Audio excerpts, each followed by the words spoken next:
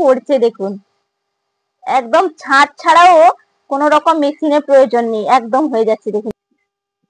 নমস্কার বন্ধুরা, Shampa kitchen with village ফুডে আপনাদেরকে স্বাগত।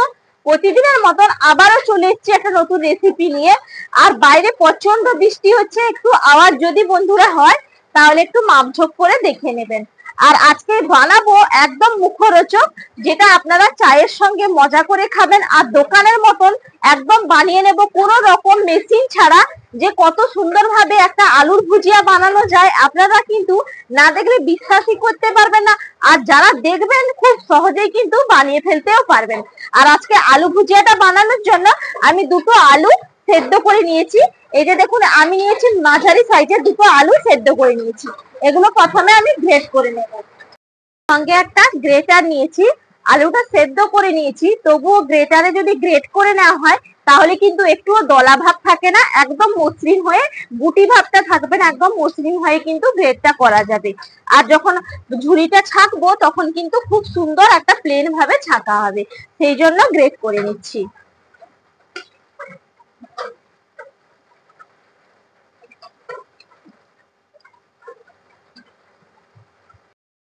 দেখুন পুরোটা কিন্তু আমার গ্রেট করা হয়ে গেছে। দেখুন কতটা সুন্দরভাবে গ্রেটটা করা হয়েছে, একদম কিন্তু মিহি ভাবে এইভাবে গ্রেটটা করে নেবেন। আর দেখুন কত সুন্দর হয়েছে। দেখুন জামবাটি নিয়েছি, এই জামবাটির মধ্যে আমি গ্রেট করা আলুগুলো নিয়ে নিচ্ছি। এর মধ্যে কিছু মশলা মিশিয়ে নেব চটপটা হওয়ার জন্য। এখানে দিয়ে দিচ্ছি বিট লবণ,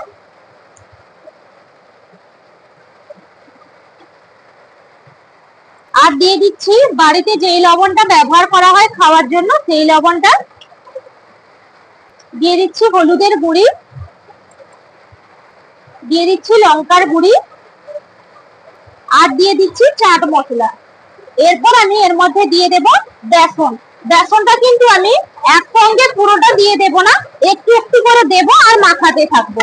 একটু আমি দিচ্ছি, কারণ এর মধ্যে কিন্তু কোন রকম জল কিন্তু এর মধ্যে ব্যবহার এখন করা যাবে না, পরে জল ব্যবহার করব। প্রথমে আলু দিয়েই কিন্তু মাখিয়ে নিতে হবে। এইভাবে আমি মাখিয়ে নেব। দেখুন আমি মাখিয়ে নিয়েছি, আর একটু আমার দিতে হবে বেসনটা, আর একটু দিয়ে দেবো। একসঙ্গে কিন্তু পুরোটা দিয়ে দেবেন না, তাহলে পরিমাপটা একদম বুঝতে পারবেন না। আর যারা কিন্তু যদি মেশিনে বানান ভুজিয়াটা, তাহলে এরকম একটা শক্ত ডো রাখবেন। আমি যেহেতু মেশিন ছাড়া বানাবো, সেই জন্য কিন্তু এর মধ্যে আমি একটু জল ব্যবহার করব। তার আগে ভালো করে বেসনটা মিশিয়ে নিই। দেখুন ভালো করে আমি বেসনটা দিয়ে মাখিয়ে নিয়েছি। এর মধ্যে কিন্তু এখনো পর্যন্ত একটুও জল ব্যবহার করিনি। দেখুন কতটা সুন্দরভাবে তৈরি হয়েছে। আবারও বলে দিচ্ছি, যারা কিন্তু মেশিনে বানাবেন তারা এরকম একটা ডো তৈরি করে নেবেন। এর মধ্যে একটু সাদা তেল দিয়ে দেব। সাদা তেল দিলে কি হবে, যখন ভাজবো তখন একটা সুন্দর মচমুচে ভাব হবে, এই জন্য একটু সাদা তেল দিয়ে দিলাম। দেখুন একদম কিন্তু যারা ছাঁচে তৈরি করবেন তাদের জন্য এই ডোটা একদম পারফেক্ট তৈরি হয়ে গেছে। আমি যেহেতু ছাঁচ ছাড়া তৈরি করব, সেই জন্য এর মধ্যে আমি অল্প একটু জল দিয়ে মাখাবো। একসঙ্গে আবার পুরোটা জল দিয়ে দেব না, একটু করে জল দেবো আর মাখাবো এইভাবে।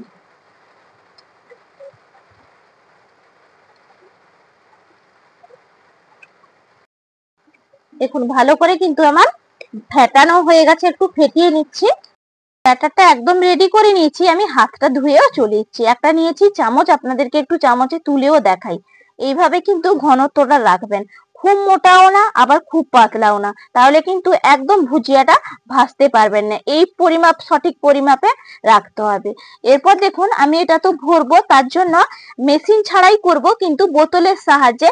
এই যে বোতল একটা নিয়েছি, আর বোতলের মুখটা আমি ফুটো করে নিয়েছি।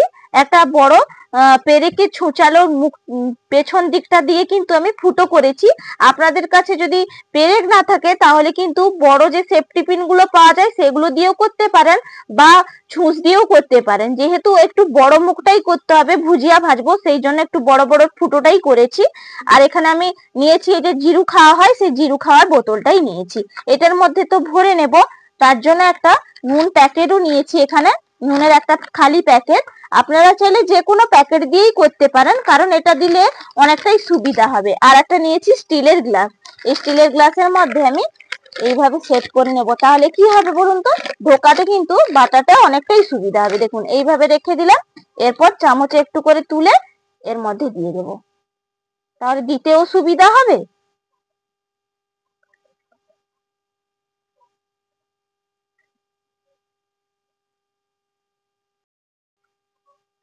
দেখুন আমার পুরোটা একদম ভরা হয়ে গেছে। এরপর আমি গ্লাস থেকে বের করে নিচ্ছি, দিয়ে নিচের দিকে একটু এইভাবে আমি ঝাঁকিয়ে দেব।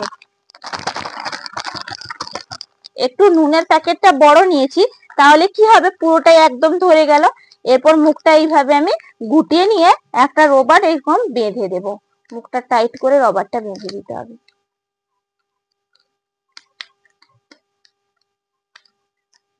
দেখুন রবারটা বাঁধা হয়ে গেছে। এরপর এই যে মুখটা আছে, দু সাইডে যে মুখ আছে, এক সাইডে কেটে নেব, কাঁচি দিয়ে কেটে নিচ্ছি। এইভাবে কেটে নিলাম, তাহলে বোতলের মধ্যে কিন্তু ভরতে অনেকটাই সুবিধা হবে।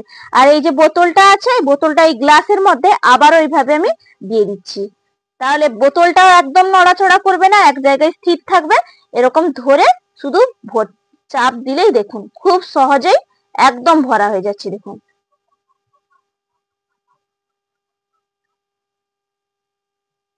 একদম খুব সহজ পদ্ধতিতে আপনারা করে নিতে পারবেন, কোনো রকম মেশিনের কোনো রকম প্রয়োজন হবে না।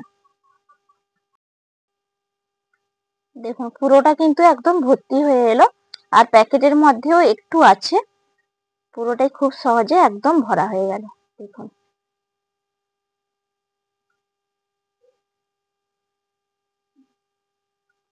দেখুন ভরে নিয়েছি। এরপর চাপাটা আমি লাগিয়ে দিচ্ছি, আর আপনাদেরকে তুলে দেখাই গ্লাস থেকে বের করে। দেখুন একদম ভরা রেডি হয়ে গেল। এরপর আমি উনুনটা ধরিয়ে নিই, তারপর ভাজবো।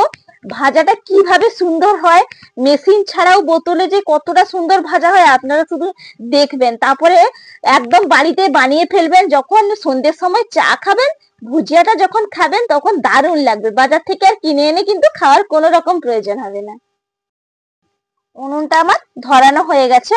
এরপর আমি কড়াইটা চাপিয়ে দিচ্ছি। কড়াইটা গরম হয়ে গেছে, কড়াইয়ের মধ্যে দিয়ে দিচ্ছি তেল।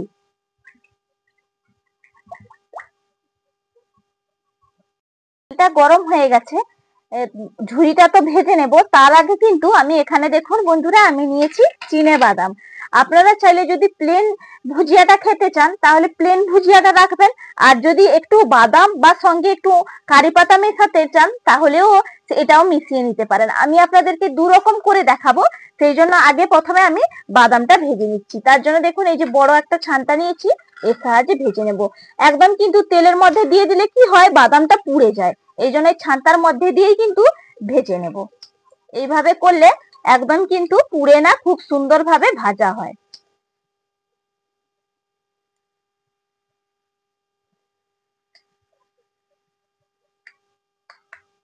দেখুন বাদামটা কিন্তু একদম আমার ভাজা হয়ে গেছে।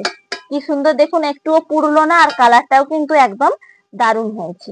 আর ওপরের মুখগুলো একবারে ফেটে গেছে, তার মানে পারফেক্ট ভাবে আমার বাদামটা ভাজা হয়ে গেছে। এরপর এটা আমি রেখে দিচ্ছি একটা থালার মধ্যে। এই সঙ্গে আমি ভেজে নেব। দেখুন এই যে কারি পাতাগুলো এইভাবে আমি দিয়ে দিলাম। জাস্ট তেলের মধ্যে দিয়েই কিন্তু এইভাবে উঠিয়ে নিতে হবে, তাহলে কি হবে, কালারটাও একদম সঠিক থাকবে, আর একটুও পুড়ে যাবে না। দেখুন এইভাবে ভেজে নেবেন। দেখুন একদম কিন্তু ভাজা কমপ্লিট। এটাও আমি থালার মধ্যে রেখে দিচ্ছি, তেলটা ভালো করে ঝাঁকিয়ে নিচ্ছি। দেখুন কি সুন্দর ভাজা হয়েছে, আর কালারটা কিন্তু পুরো দেখুন সঠিক একবারে আছে। বাদাম আর কারি পাতাটা তো ভাজা হয়ে গেছে, এগুলো এদিকে ঠান্ডা হতে থাক। এইদিকে আমি ভেজে নিচ্ছি ভুজিয়াটা। দেখুন এইভাবে ওপর তুলবো, দিয়ে এইভাবে ঘুরিয়ে ঘুরিয়ে দিয়ে দেবো। দেখুন কি সুন্দর পড়ছে। দেখুন একদম ছাঁচ ছাড়াও কোনো রকম মেশিনের প্রয়োজন নেই, একদম হয়ে যাচ্ছে। দেখুন কি দারুণ,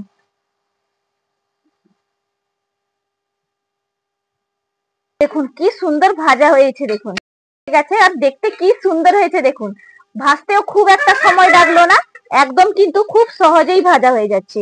এগুলো তুলে নিচ্ছি একটা ছান্তা দিয়ে, আর একটা ছান্তার মধ্যে তুলে নিচ্ছি, তাহলে কি হবে তেলটা একদম কিন্তু ঝরে যাবে। দেখুন খুব সহজেই কোনো রকম মেশিন ছাড়া কি সুন্দর তৈরি হলো। দেখুন একটু করে ছান্তা দিয়ে হালকা একটু ভেঙে দিলাম, দেখুন কি দারুণ হয়েছে। এরপর থালার মধ্যে রেখে দিচ্ছি, দেখুন কি সুন্দর তৈরি হয়েছে। দেখুন একইভাবে আমি সবগুলো ভেজে নিচ্ছি। কত সুন্দর ভাজা হচ্ছে, দেওয়ার সঙ্গে সঙ্গেই কিন্তু দেখুন ফুলে উঠছে একদম তেলের মধ্যে, আর কি সুন্দর হচ্ছে।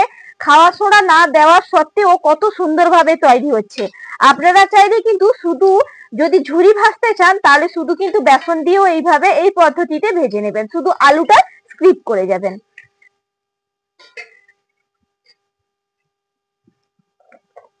ভাজা হয়ে গেল, এরপর তুলে নিচ্ছি। ভাজতে কোনো রকম কষ্ট নেই, শুধু দেওয়ার সঙ্গে সঙ্গেই হয়ে যাচ্ছে, আর কি দারুণ হয়েছে ও দেখতে। আপনারা নিশ্চয়ই দেখেই বুঝতেই পাচ্ছেন কতটা সুন্দরভাবে তৈরিটা হয়েছে। আর দেখুন কতগুলো হয়ে গেল, পুরো এক থালা কিন্তু হয়ে গেছে। দেখুন প্রত্যেকটা কত সুন্দরভাবে হচ্ছে, ভাজতেও কিন্তু খুব আনন্দ লাগছে। আর দেখুন বন্ধুরা কত সুন্দর এক থালা কিন্তু আমার ভুজিয়া হয়ে গেল, কি সুন্দরভাবে তৈরি হয়েছে। আর ছেলে অনেকক্ষণ থেকে অপেক্ষা করছে, বলছে সেটা দোকানে যে পাওয়া যায়, আগে কিনতাম 1 টাকা 2 টাকা করে নিত, এখন তো 5 টাকা করে দাম হয়ে গেছে। গোল গোল ঝুড়ি গুলো পাওয়া যায়, সেগুলো ছেলে বলছে একটা বানিয়ে দিতে, সেগুলো একটা বানিয়ে দেবো। এগুলো তুলে নেই।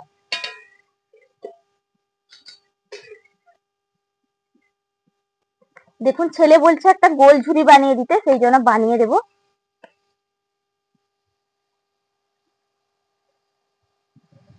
একটু প্রেস দিয়ে কিন্তু এইভাবে ঘুরিয়ে দিলে দেখ, আমি পুরো কিন্তু দোকান দিয়ে দিব ভাবছি। এরপর দেখুন কি সুন্দর ফুলে উঠেছে, দেখুন আপনাদেরকে তুলে দেখাই। এই যে দেখুন কি সুন্দর গোল হয়েছে, দোকানে কিন্তু এর থেকে একটু কম থাকে। আর দেখুন উল্টো পিঠটাও দেখুন, দেখ কি সুন্দর বানিয়ে দিয়েছি, দেখ কত বড়টা হয়েছে। হ্যাঁ খুশি তো? দেখুন কাজের ফাঁকেও ছেলেকে কিন্তু বানিয়ে দিতে হলো, আপনারা ওইভাবে বানিয়ে দেবেন, আর খেতে কি দারুণ লাগে। দেখুন একদম হয়ে গেল রেডি। একটা বাটি নিয়ে আয়, তাহলে তো তুলে দেবো। নিয়ে একটা বাটি নিয়ে যা। ছেলে একদম বাটি নিয়ে হাজির। দেখি সত্যি নিজে বানিয়েছি, এতটা সুন্দর হয়েছে। দেখুন নিজেও ভাবতে পারি নিজে এত সুন্দর ভাবে বানাতে পারবো। দেখুন কি সুন্দর হয়েছে। এটা ঠান্ডা হোক, ঠান্ডা করে করে ফু দিয়ে দিয়ে খাও। হ্যাঁ, আর বাকি একটু আছে বন্ধুরা, এটাও একবারে ভেজে নিন।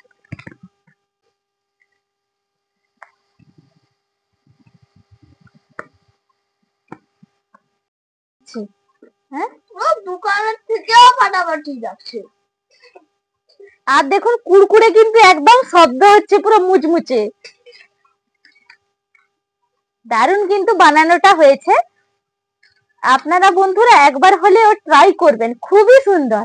এবং সামান্য উপকরণ দিয়ে যে এত সুন্দর একটা জিনিস বাড়িতেই তৈরি করে নেওয়া যায়, মানে কি বলবো, দোকানের থেকেও স্বাদে গুণে সব দিক থেকে ভালো। একদম এটাও ভাজা হয়ে গেল, ভাজা কিন্তু কমপ্লিট, শুধু বাদামটা আর কারি পাতাটা মিশিয়ে নেব।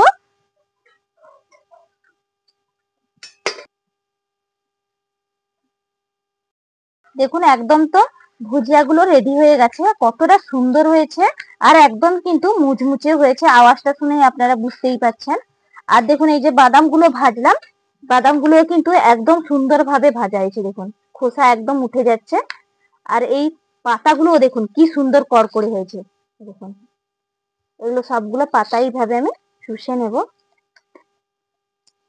আর এর মধ্যে আমি কিছু মশলা মেশাবো, তাহলে আরো চটপটা লাগবে খেতে। আপনারা চাইলে কিন্তু স্কিপও করে দিতে পারেন। বিট লবণ কিন্তু আমি ভাজার সময় দিয়েছিলাম, ভুজিয়া ভাজার সময়, তবু একটু দিলাম খেতে একটু ভালো লাগার জন্য। আর সামান্য একটু চাট মশলাও দিয়ে দিচ্ছি, সামান্য একটু দিলাম। এরপর এখান থেকে যারা খেতে চান না এরকম বাদাম কারি পাতা মশলা দিয়ে, তাদের কিন্তু এরকম রেখে দেবেন, এরকমও খুব সুন্দর লাগবে খেতে।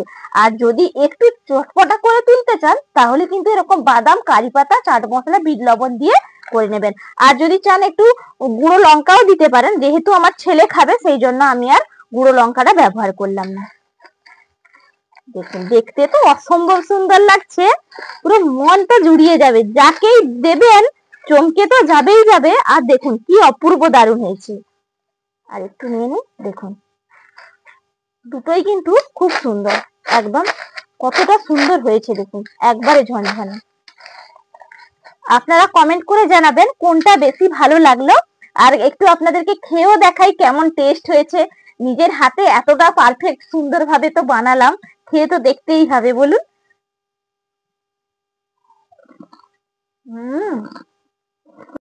খেয়ে আপনাদেরকে টেস্ট করে দেখালাম কতটা সুন্দর ভাবে মুচমুচে, কত দারুণ হয়েছে। আর একটা কিন্তু খেয়েও আপনাদেরকে দেখাই, কারি পাতা আর বাদাম। কারি পাতা খেতে খুব ভালো লাগে, আর তার সঙ্গে তো চিনে বাদাম দারুণ লাগে। দারুণ চটপটা একবারে।